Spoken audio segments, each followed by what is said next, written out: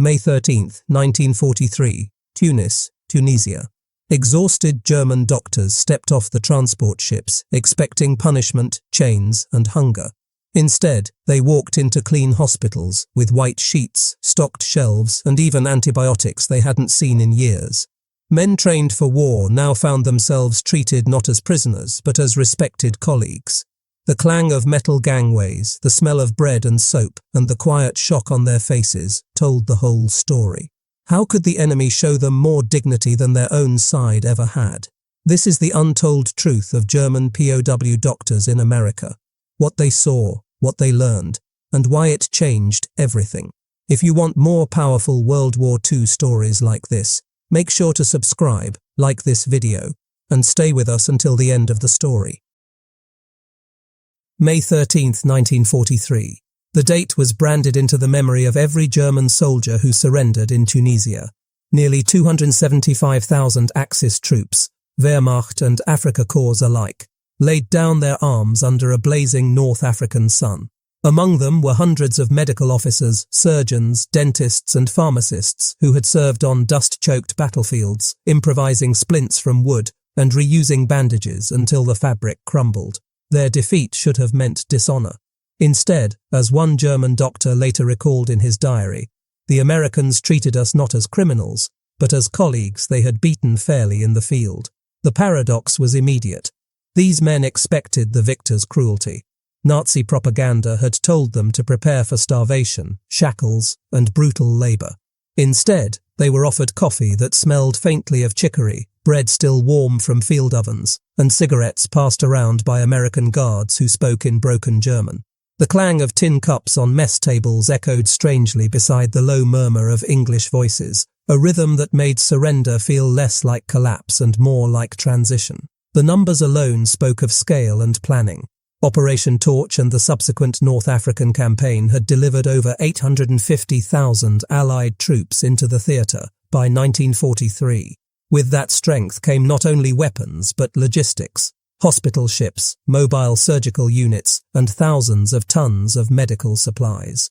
Where German field hospitals struggled with ether shortages, the Americans had anesthetics in crates. Where German pharmacies scraped together sulfonamides, the Allies distributed them by the case.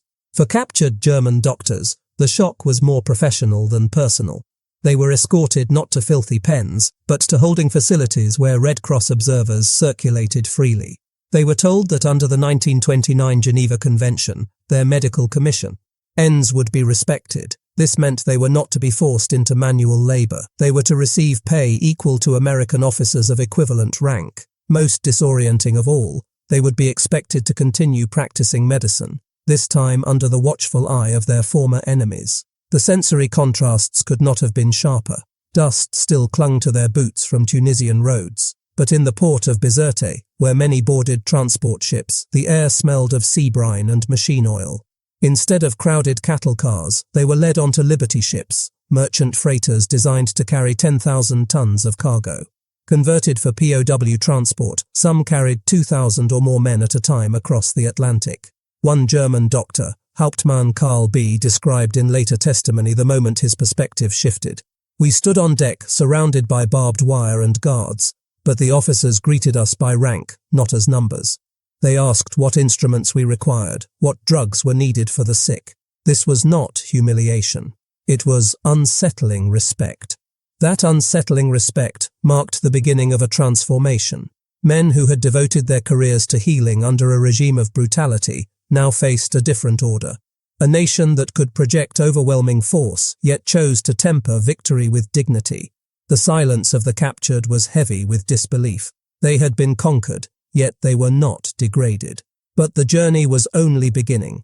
As the convoys of ships ploughed westward, steel hulls creaking against the swell of the Atlantic, the German doctors could not yet know what awaited them in the vast camps of the United States.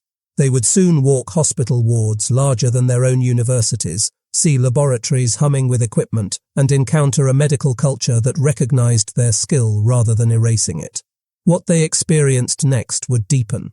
The paradox, the laws of Geneva, once dismissed as theory, were now reality in America's hands. And reality, unlike propaganda, was undeniable. The paradox that first struck German doctors in Tunisia became even clearer once they learned why the Americans treated them differently. The answer lay in a document most of them had studied only in passing during their officer training, the 1929 Geneva Convention. Unlike the Third Reich, which often applied the rules selectively, the United States had chosen to enforce the convention with consistency, and nowhere was this more visible than in the handling of medical personnel. The convention's terms were revolutionary for their time. Captured doctors, dentists, pharmacists, and even medics were not classified as ordinary prisoners. They were to be regarded as retained personnel, kept only to provide care for their own countrymen and other POWs. They could not be forced into farm or factory labor, nor treated as surplus mouths to feed. They were to receive the same rations, pay, and working conditions as American medical officers of corresponding rank. In effect, the United States had decided that German doctors remained doctors, even behind barbed wire. For the Germans, this was bewildering. On the Eastern Front, where some of them had previously served, the fate of Soviet medical officers had been merciless, shot outright or worked to exhaustion. Now, in American custody, the contrast could not have been sharper. The smell of clean linen in the infirmaries, the gleam of sterilized instruments, and the steady supply of sulfur drugs all reinforced that this was not a trap nor a propaganda show. It was procedure. Statistics tell part of the story. By late 1943, the United States had already received over 150,000 German POWs. By the war's end, that figure would rise to roughly 425,000. Among them were thousands of doctors, pharmacists, and orderlies. Camp records from Fort Sam Houston, Texas, for example, show entire German medical staffs assigned to care for their compatriots, working alongside American doctors, but not under humiliation. Instead, they were integrated into a parallel structure where respect for the convention created professional recognition across enemy lines. One American surgeon later recalled a telling moment. "We were not equals in politics or victory, but in medicine, the scalpel erases borders." His German counterpart, Oberstabsarzt Heinrich L., noted in his journal, "They did not strip us of our rank. They addressed us as physicians, asked our opinions, and sometimes even consulted us. The shock of this respect was greater than the shock of defeat." The irony was that this legal respect also served America's practical interest. By recognizing German doctors as retained personnel, the US relieved pressure on its own medical system. Camps that held tens of thousands of POWs needed clinics, hospitals, and disease control. Allowing German physicians to continue practicing under watchful supervision ensured that the burden did not fall entirely on American staff. The law, paradoxically, became efficiency. Sensory details drove the lesson home. German doctors who had been forced to boil and reuse catgut sutures in Africa now found themselves holding sealed packets of sterile silk. The sharp smell of iodine in US infirmaries reminded them of a world before shortages. They listened to the soft whir of X-ray machines that worked reliably, unlike the broken or absent equipment in their field hospitals. Even the weight of a properly balanced surgical scalpel in their hands carried its own quiet irony. Defeat had given them tools they had not seen in years. And yet this paradox raised uneasy questions. If America honored the Geneva Convention so thoroughly, what did that say about the Reich's repeated violations? If an enemy treated them as professionals, what did that say about the ideology they had been sworn to serve? For some, these thoughts remained unspoken. For others, they became seeds of doubt. But there was no time to dwell. Within weeks, Liberty ships groaned under the weight of prisoners bound for US ports, carrying entire medical staffs across an ocean they had never imagined crossing. The Atlantic voyage would deepen the dissonance between what they had been told and what they were about to see. The Atlantic crossing was a trial of patience, fear, and disbelief. For many German medical officers, boarding a Liberty ship meant stepping into the unknown. They knew the statistics whispered among the prisoners. U-boats still prowled the ocean, and Allied convoys lost ships every month. Yet what shocked them most was not the risk of torpedoes. It was the strange civility of their passage. On the docks of Bizerte and Oran, they had expected the iron rattle of chains and the stink of overcrowded pens. Instead, guards directed them up gangways with clipped efficiency, calling them by rank rather than by number. Liberty ships, those steel workhorses of American industry, built at the staggering rate of 3 per day, were designed to haul cargo, not passengers. And yet by the summer of 1943, many were fitted with barracks-style bunks, mess lines, and even small medical stations for the German POWs now streaming aboard. The paradox unfolded with every hour at sea. The air reeked of diesel and salt, mixed with the bitter tang of disinfectant sloshed across the decks. Below, the clatter of tin trays echoed as German prisoners received meals they scarcely believed: meat stews, beans, bread, coffee, calories measured not in scarcity but in abundance. The contrast to their own rations in Africa was startling. Back then, German field hospitals sometimes managed only 1,200 calories per man per day. On American transports, POWs consumed nearly double that. The doctors noticed details their fellow soldiers did not. The clean bandages stocked in the infirmary, the steady hum of a generator powering refrigeration for medical supplies, the crates of sulfur drugs locked behind wire mesh. Hauptmann Dr. Friedrich S., a surgeon from Munich, later recalled, "We sailed on a freighter built for war, yet we had better medical equipment aboard than many of our hospitals in Germany." The statistics were staggering. In peak months of 1944, as many as 30,000 German prisoners arrived in US ports, funneled by convoys that stretched from New York to Norfolk to Boston. By the war's end, over 370,000 Germans had crossed the Atlantic in this way, a migration of defeated soldiers that rivaled entire wartime populations. Each convoy carried not only fighters but the men who had tended their wounds, doctors, dentists and pharmacists now headed toward an uncertain captivity. Some prisoners tried to reconcile the experience with what they had been taught. Nazi indoctrination had painted the Americans as culturally crude, medically backward, incapable of discipline. Yet the discipline of convoy life was absolute. Lifeboat drills rang out with shrill whistles, guards paced the barbed wire-fenced deck with quiet vigilance, and Red Cross inspectors moved freely through the holds. The paradox cut deep. The Americans were not only following the Geneva rules, they seemed to embody them. Still, the voyage was not free of fear. The distant boom of depth charges occasionally rattled the hull, reminding everyone that the Battle of the Atlantic was far from over. In the silence that followed, prisoners whispered prayers in German while American sailors checked their gauges and charts with practiced calm. Defeat had brought them here, but survival now depended on the very enemy they had been taught to despise. The sensory memories lingered, the metallic taste of canned fruit after months of battlefield scarcity, the shiver of damp wool in cramped bunks, the relentless throb of engines pushing them westward. These impressions carved themselves into the minds of German doctors, who realized with unease that their captors treated them less as enemies than as passengers. When, after weeks at sea, the Liberty ships finally entered American harbors, passing the Statue of Liberty in New York, the cranes of Norfolk, or the crowded docks of Boston, the paradox reached its climax. Defeated men stepped onto foreign soil for the first time, expecting ridicule. Instead, American officers checked their names, saluted their medical titles, and assigned them to camps that looked more like small towns than prison pens. The Atlantic crossing had been only a prelude. What awaited them inland would be larger than anything they had yet imagined. Sprawling compounds with entire hospitals where their skills were not discarded but demanded. The first glimpses of America were overwhelming. Towering cranes, endless warehouses, the smell of coal smoke mixing with salt air. But for German doctors, the true astonishment began not at the docks, but inland, in the great prisoner-of-war camps that sprawled across the United States. These were not makeshift pens. They were organized, industrial in scale, and astonishingly humane compared to what most had anticipated. From Texas to North Carolina, from Kansas to Arizona, the United States built over 500 POW facilities, many vast enough to resemble entire towns. Medical hubs were among the most striking. Camp Butner in North Carolina sprawled across 40,000 acres.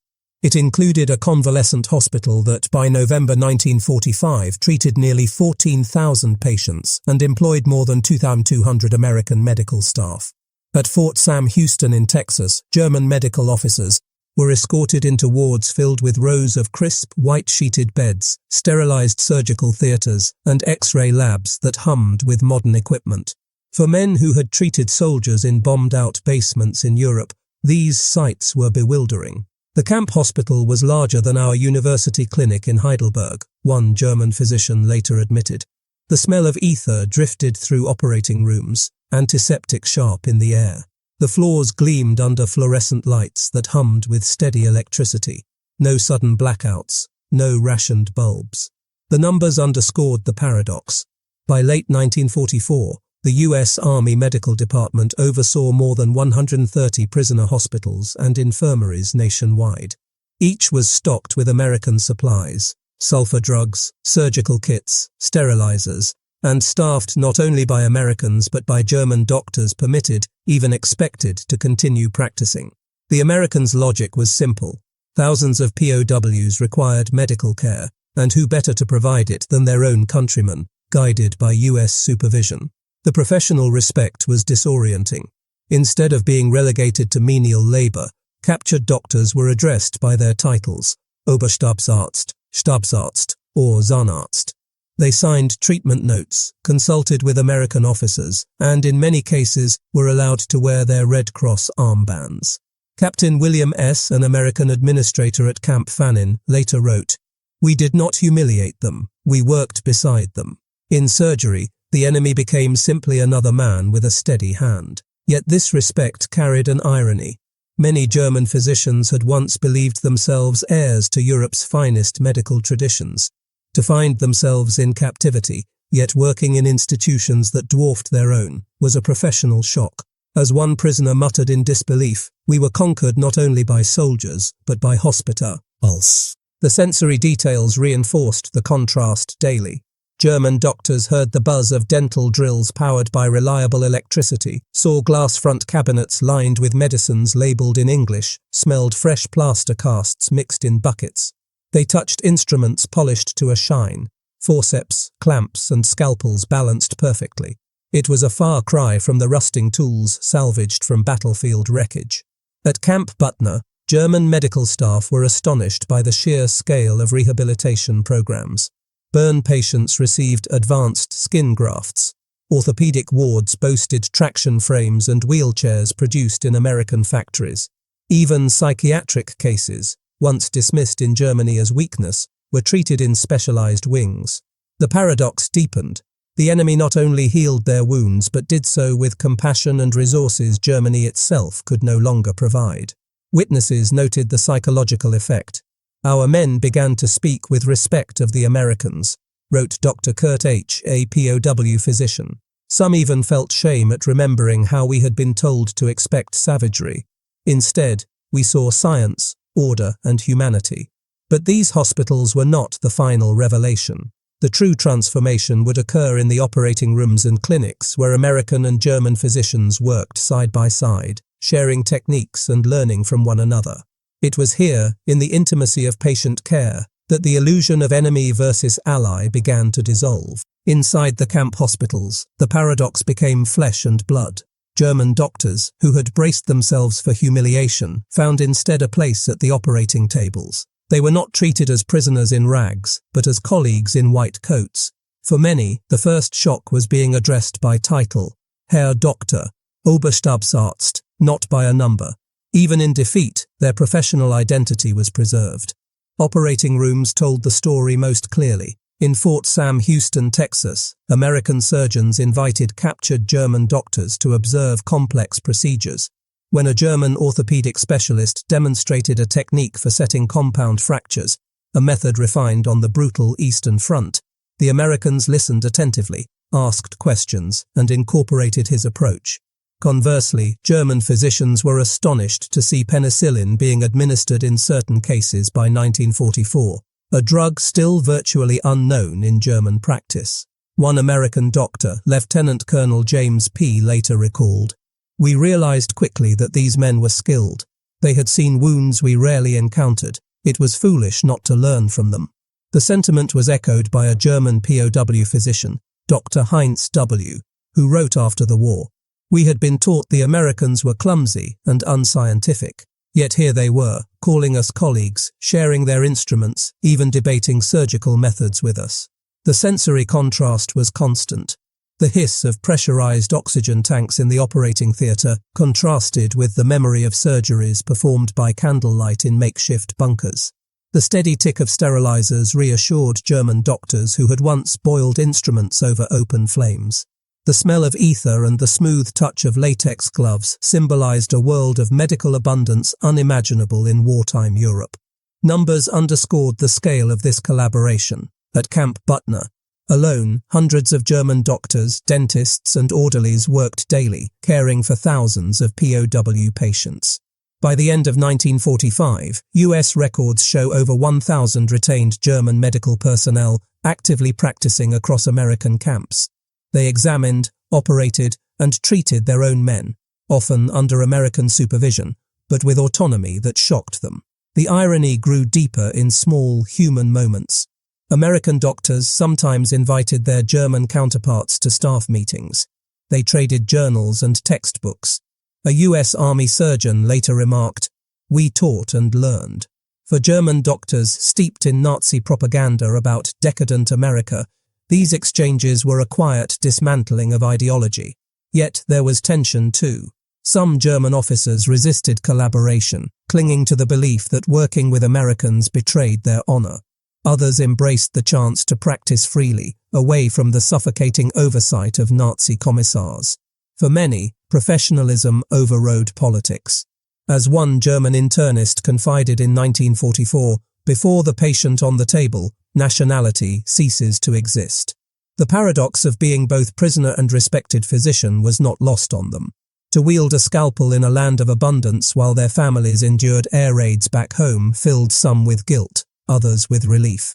"We were captives," wrote Dr. Otto K., "but in our work we were free men again."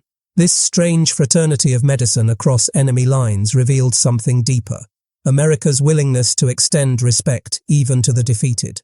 For German doctors, it was both humbling and disarming. They began to suspect that the real victory was not only in the battlefield, but in the operating room, where cooperation replaced conquest. But the revelations did not stop with surgery. In the wards, laboratories and pharmacies of the camps, German medical personnel would soon encounter technologies and supplies that would challenge everything they thought they knew about modern medicine. Beyond the operating theatres, the true magnitude of America's medical abundance revealed itself in storerooms, laboratories and pharmacies. For German doctors accustomed to rationing, scarcity and improvisation, these places were nothing short of astonishing. The paradox was plain. Men who had once boiled bandages to reuse them now saw shelves lined with gauze in endless supply. In Germany, sulfur drugs were measured out in fractions, each dose guarded like gold. In the United States, medics dispensed them liberally, often without hesitation. And then came the revelation that left German physicians nearly speechless: penicillin. By late 1944, some American camp hospitals had begun administering the new miracle drug to both Allied soldiers and German prisoners alike. To the Germans, who had never seen it in action, it bordered on science fiction. "We thought it was a myth," remembered Dr. Carl H., a captured physician from the Africa Corps. "But then I watched a dying man recover in days, and I realized we were standing in the future of medicine." The sensory contrasts were unforgettable. The clean chemical scent of antiseptics replaced the stench of untreated infection. The click and hum of laboratory centrifuges filled the air where in Germany many had relied on crude hand-spun devices. Pharmacies smelled of chalk and alcohol, not the burnt odor of makeshift sterilization. For German doctors, these sensations were constant reminders of a medical system powered not by desperation, but by abundance. Numbers told the story too. At Camp Butner's convalescent hospital alone, nearly 14,000 patients passed through its wards, aided by a staff of over 2,200, among them 414 German POW assistants. The facility functioned with a round-the-clock rotation of surgeries, rehabilitation and therapies. German doctors found themselves part of an integrated medical machine far larger than anything their homeland could sustain in 1945. The laboratory settings proved especially revealing. German technologists and assistants were introduced to standardized American procedures, rigorous record-keeping, quality control, and systematic equipment maintenance. One German lab officer later recalled with astonishment, "We threw away more culture dishes in 1 week than we would have been issued in a month in Germany." Even the X-ray rooms carried a shock. Machines functioned reliably, with safety shields and radiation protocols that German radiologists had only dreamed of implementing. The irony deepened in dental clinics. German dentists, who in wartime Germany often had to limit care to extractions, found themselves in US camps performing routine fillings, cleanings, and preventive dentistry. America's decision to preserve prisoners' oral health went far beyond Geneva Convention requirements. One American officer dryly noted in his report, "Enemy prisoners received better dental care than many of our own rural citizens." But the most unexpected revelation was public health. In Germany, military medicine had been reactive, treating battlefield wounds and epidemic outbreaks after they began. In the camps, German medical officers witnessed preventive medicine on a scale they had never seen. Vaccination drives, sanitation protocols, health education programs. Disease rates in the crowded POW facilities remained remarkably low. For physicians who had fought through typhus and dysentery epidemics, this was nothing short of revolutionary. Not all Germans embraced what they saw. Some dismissed America's abundance as wasteful indulgence, arguing that quantity was mistaken for quality. Yet for many, the experience planted a seed. They began to realize that the power of medicine was not only in skill, but in systems that ensured steady supply, FIEs, a distribution and preventive care. This exposure would ripple far beyond the camps. When these men returned to a shattered Germany, they would remember the well-stocked pharmacies, the sterilized instruments, and the wards free of epidemics. They had witnessed the infrastructure of modern medicine, and they carried it home like a blueprint. But America's impact did not stop at supplies and systems. In the wards of POW camps, German medical officers also encountered something even more disorienting: the human face of medical ethics. Nurses, doctors, and orderlies who set aside enmity to treat them as patients and colleagues. In the wards of America's POW hospitals, the paradox grew sharper. Here, medicine was not just about instruments or supplies, it was about ethics. German doctors and patients alike had braced for hostility, for neglect, for the cold minimum required by international law. Instead, they found compassion that blurred the lines between friend and enemy. The first shock came from the nurses. Many wrote in their diaries of the hesitation they felt when assigned to care for German soldiers. "At first, I wondered if I could put aside my feelings," admitted one US Army nurse stationed at Camp Hood. "But when I stood by a bed and saw a man writhing in pain, he was not an enemy. He was simply a patient." And so, Germans who had expected contempt found hands adjusting their pillows, checking their pulses, or bringing them medicine with quiet professionalism. The sensory details lingered for them. The faint rustle of crisp hospital linens, the cooling taste of ice chips offered after surgery, the reassuring touch of a nurse's hand. These were not luxuries afforded to them even in many German hospitals back home, where war shortages made care rough, hurried, and impersonal. The scale of care was staggering. At Camp Butner's convalescent hospital, thousands of German patients lay in adjacent beds to Americans. Records show nearly 14,000 treated there by late 1945, assisted by hundreds of POW orderlies. The same rehabilitation services, physical therapy, occupational training, vocational guidance, were offered to German captives as to American veterans. This was not propaganda. It was daily practice. The paradox struck hardest when German medical officers themselves participated. Many were invited to consult on cases, to give second opinions, or even to operate. They were stunned not only by the professional respect, but also by the equality extended to their wounded countrymen. "I treated Americans, and they treated Germans," recalled Dr. Friedrich L., a POW physician. "For us, the battlefield disappeared inside the hospital walls." Psychiatric care proved another revelation. German doctors, steeped in a military culture that branded psychological breakdowns as weakness, watched Americans treat combat fatigue with therapies, counseling, and rest. "It was the first time I saw mental suffering treated as illness, not cowardice," one German psychiatrist later confessed. The sound of typewriters clicking in psychiatric wards, recording patient notes with clinical precision, contrasted sharply with the German practice of dismissing or punishing such men. Dental care carried its own lessons. German POW dentists worked in clinics that provided not just extractions, but preventive and restorative treatments. The hum of drills, the taste of fluoride rinses, the shine of polished instruments. These were details German officers stored away, knowing their homeland's dental system lagged far behind. The irony was impossible to ignore.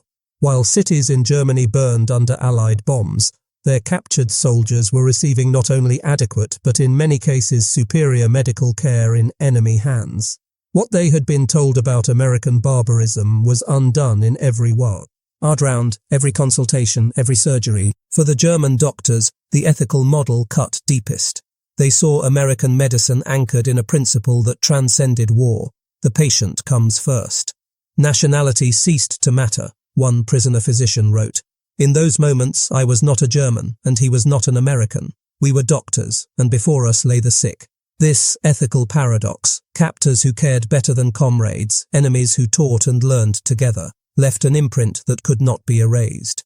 And as the war ended, these experiences would not remain locked inside the camps. They would follow German doctors back across the Atlantic, into the rubble of their destroyed homeland. By the spring of 1946, barbed wire fences began to lose their meaning. The war was over, yet its echoes lingered inside the American camps where German POW doctors had spent months, not merely as prisoners, but as professionals reawakened to a different vision of medicine. What they carried home would reshape not only their own careers, but also the medical culture of a broken Germany. The final paradox was perhaps the most profound. Men who had once served a regime that twisted science into cruelty were returning with lessons in humanity. They had come as enemy officers, expecting humiliation. They left with notebooks filled with techniques, statistics, and even sketches of hospital layouts. More importantly, they carried a living memory of a medical ethic that placed human dignity at its core. The numbers were staggering. By 1947, more than 370,000 German POWs had passed through US custody, with thousands employed in medical work. Hospitals like Camp Forest, Camp Butner, and Fort Robinson had trained and exposed hundreds of German doctors to practices ranging from preventive medicine to rehabilitation. Some estimates suggest that at least 2,000 German medical professionals were directly involved in care inside POW hospitals. This quiet, undocumented exchange may have been one of the largest medical knowledge transfers of the war. In their memoirs, many confessed the strange sense of longing they felt leaving America. We had seen a land where medicine was not rationed by ideology, where even the enemy was treated with kindness, wrote Dr. Heinrich B., who later became a surgeon in Bavaria. When I returned to Munich, I dreamed of hospitals with clean sheets, antibiotics, and food for every patient. It was not fantasy. We had lived it. But the paradox went beyond science and logistics. It was about perception itself. German doctors, who had once believed American society crude and materialistic, now saw that abundance could coexist with compassion. They recalled the smells of antiseptic and fresh coffee in hospital corridors, the sound of typewriters recording patient charts with precision, the taste of food served without discrimination. These sensory fragments became symbols of a deeper truth. The real strength of America lay not just in its tanks and planes, but in its ability to extend humanity even to those sworn to destroy it. This realization spread quietly across post-war Germany. Returning POW doctors introduced new approaches to patient care, new respect for psychiatry, preventive health, and dental hygiene. More subtly, they carried back the idea that a doctor's duty transcends nation and politics. I had learned, one recalled, that to treat the sick was to serve humanity, not ideology. For the Americans, the paradox was equally telling. By treating enemy doctors as colleagues, they affirmed their own values. They proved that democracy and decency were not abstractions, but lived realities, visible in every ward, every operation, every healed wound. In the end, the story of German POW doctors in America was not about defeat or surrender, but about transformation. They had come as conquerors, full of pride in a Reich that promised supremacy. They left as students, humbled by the discovery that the enemy's greatest weapon was not technology or propaganda, but the simple, relentless practice of humanity.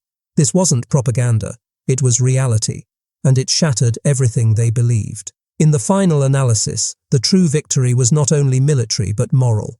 America's greatest strength was not its bombs nor its armies, but its abundance of compassion, discipline, and principle.